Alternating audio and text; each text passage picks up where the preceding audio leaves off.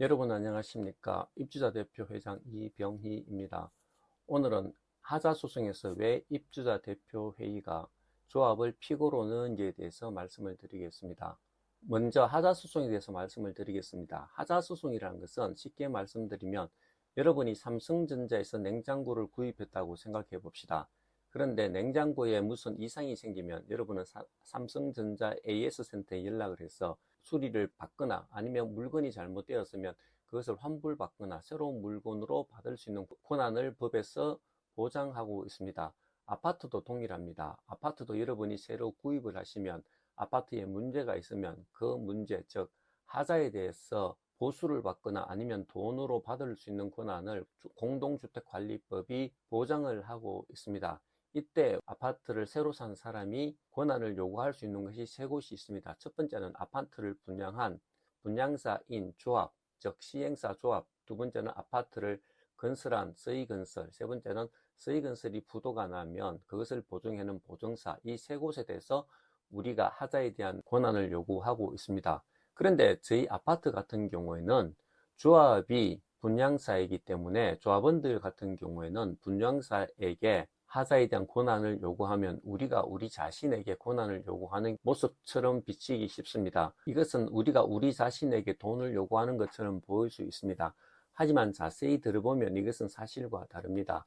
왜냐하면 하자소송을 했었을 때 조합을 피고로 넣는다 하더라도 하자소송에 걸리는 시간은 1년 6개월에서 2년 정도가 소요가 됩니다. 그런데 작년에 조합총회에서 조합이 조합 청산을 총회가 마친 이후에 20개월 정도 걸린다고 말을 했습니다. 그 계산대로 하면 내년 8월이 되면 조합이 청산할 예정인 달이 됩니다. 하지만 하자소송은 올해 6월을 기준으로 한다 하더라도 1년 6개월에서 2년이 걸리기 때문에 조합의 청산 일정 훨씬 뒤에 하자소송의 1차 판결이 이루어지고 있습니다. 즉 다시 말씀드리면 조합이 하자소송 전에 청산이 되어진다면 비록 입대위가 조합을 피고로 넣었다 할지라도 조합은 책임을 전혀 지지 않게 됩니다. 이것은 쉽게 말하면 여러분이 어떤 사람에게 돈을 빌려주었다고 생각해 봅시다. 그런데 그 사람에게 돈을 받아라 갔는데 돈을 빌려준 사람이 죽었으면 그 사람에게 돈을 받을 수 없는 것입니다. 여기서 죽었다는 말을 조합에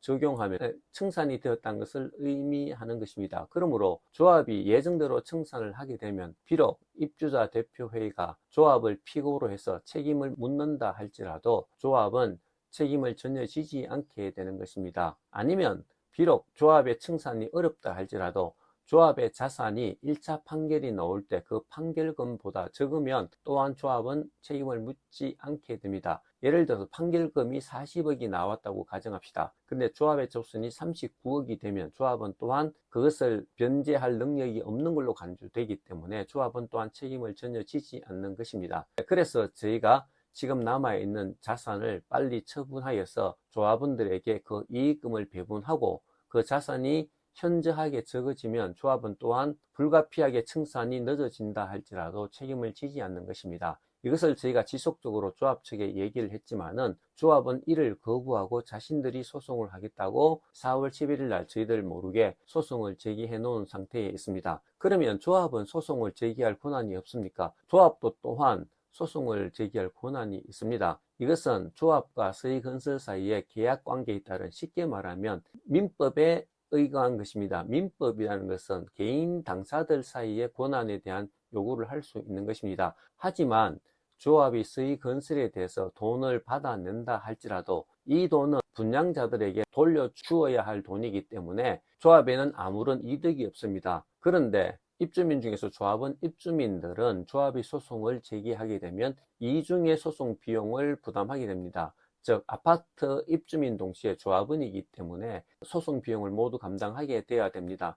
그러므로 나중에 판결금을 받게 되더라도 조합원인 사람들은 그 비용을 한 번 더 제하고 받기 때문에 일반 분양자보다 돈을 적게 받게 되는 것입니다. 종합해보면 조합이 소송을 해서 돈을 받는다 할지라도 그것은 아파트에 들어와야 되기 때문에 조합에도 이득이 되지 않고 또한 그 추가 소송에 따른 비용을 조합원 입주민들은 한 번 더 부담해야 되기 때문에 판결금도 적게 되는 것입니다.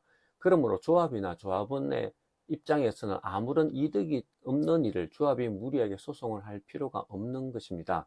그리고 참고로 말씀드리면 입주자 대표들 중 3명이 조합원입니다.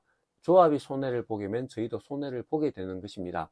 그런데 우리가 왜 우리 스스로에게 손해보는 일을 하겠습니까? 다시 한번 말씀드리지만은 조합이 이 소송을 제기해서 받는 이득보다 손해가 더 많기 때문에 저희 입대인은 이 소송을 반대하고 있는 것입니다. 그리고 입대인가 소송하는 것은 공동주택관리법에서 보장하고 있는 의무이자 책임이기 때문에 이것을 진행하는 것이지 개인적인 이득이나 사사로운 감정으로 진행하는 것이 아님을 말씀드립니다.